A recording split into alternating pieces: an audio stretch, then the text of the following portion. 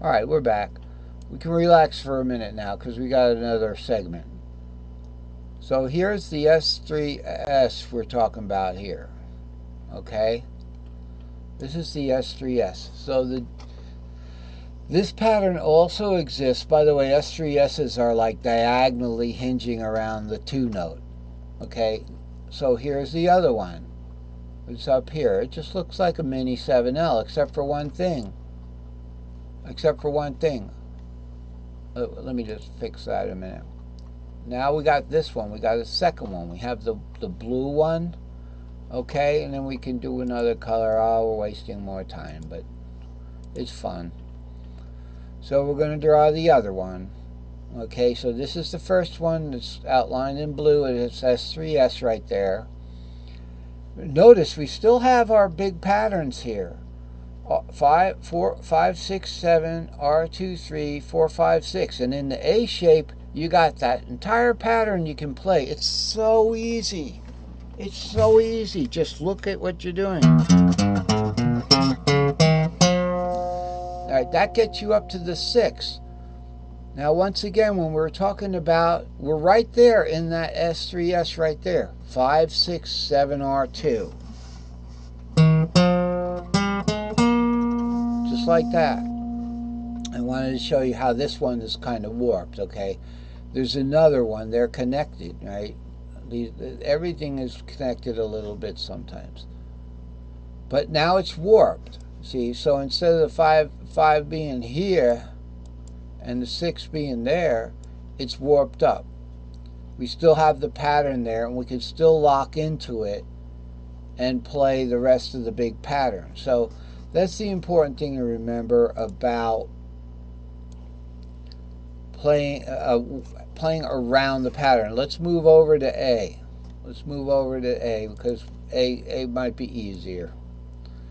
All right, so, and it gives us access to that. Oh, we have to finish up with the G. It gives us access to this 7 here because we go into the 5, 6, 7. That's it. We've played it. It's done. Continue the pattern. We don't have to go back for that 7. And certainly if we're on the bar like this, we're never going to get it because it's sunken. It's here. Okay. All right, so that's the wonderful thing. Let's look at A. It always helps to keep on looking at another example. Now, the normal way I would play A with these two patterns in the pentatonic, here's the stack of 2 long, here's the stack of 3 short we were just talking about. The way I used to play the pentatonic would be just start the top part, top 2/3 of a stack of 3 short, and then go into a stack of 2 long here, and then we go into a warped stack of 2 short, bottom 2/3. Warped mean move over to the right 1 fret for the top 2 strings. Okay? But the problem is, if this guy right here, this thing, whatever it is, I don't know what it is, it's a fret nut. If this fret nut right here, if that was the end of the guitar, okay, we'd really be playing a real live A. We'd be playing a real live A with all those sharps. How many sharps? 3. Okay, so 7, this is all, these numbers are relative to C. So 7 would be, actually no, the numbers now are relative to A because we put this fret nut here. So 7 would be, you know, G sharp, 3 would be C sharp, and 6 would be F sharp. All right, we can't get those guys if this is the fret nut, the guy back here. So how do we do that? Well, first let's pretend this isn't there. This isn't there. We're just up here where we are on the bar here. Okay, here's our A here. Now let's just say we're going to play it up here. This E thing doesn't have a fret nut. It just would have my finger there. So it would be played like this. It would be.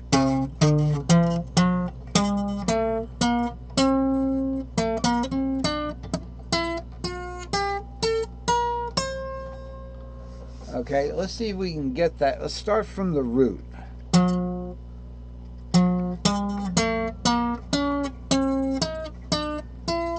Sorry, let's do that again.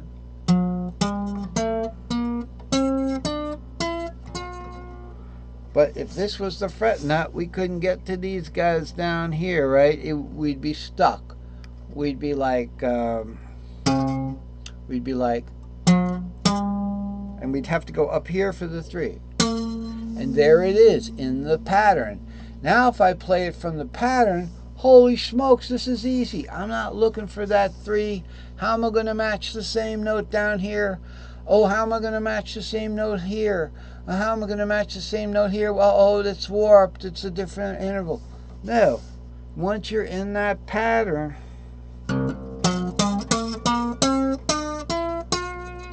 now I knew this part because once you go 5, 6, I'm just getting used to that.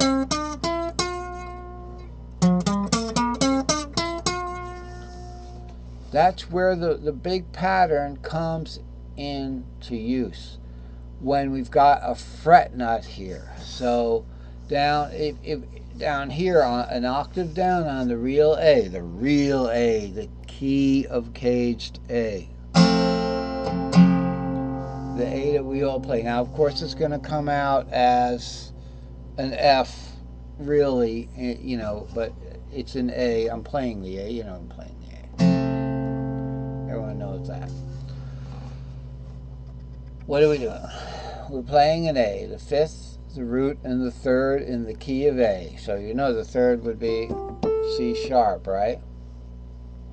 It's not going to be E, the 3rd of C anymore, because we've got a fret nut here. This is the fret nut. This is an E. Okay? Now these colors are different.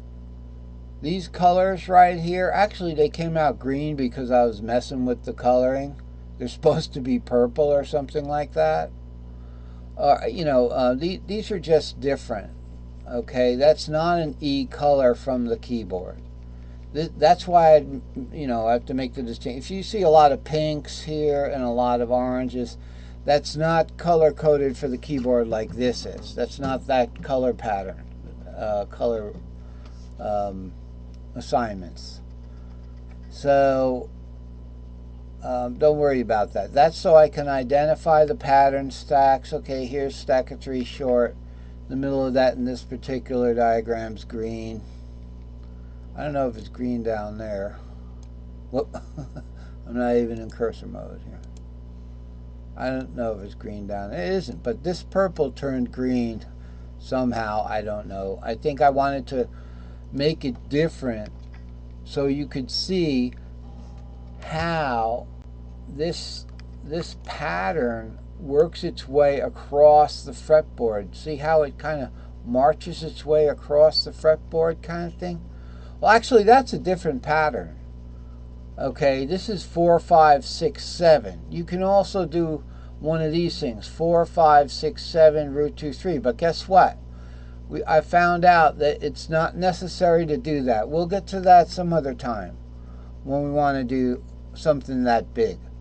I found out that this is where it was at, and it was a step down, but here it is, 5, 6, 7, root 2, 3, 4, 5, 6.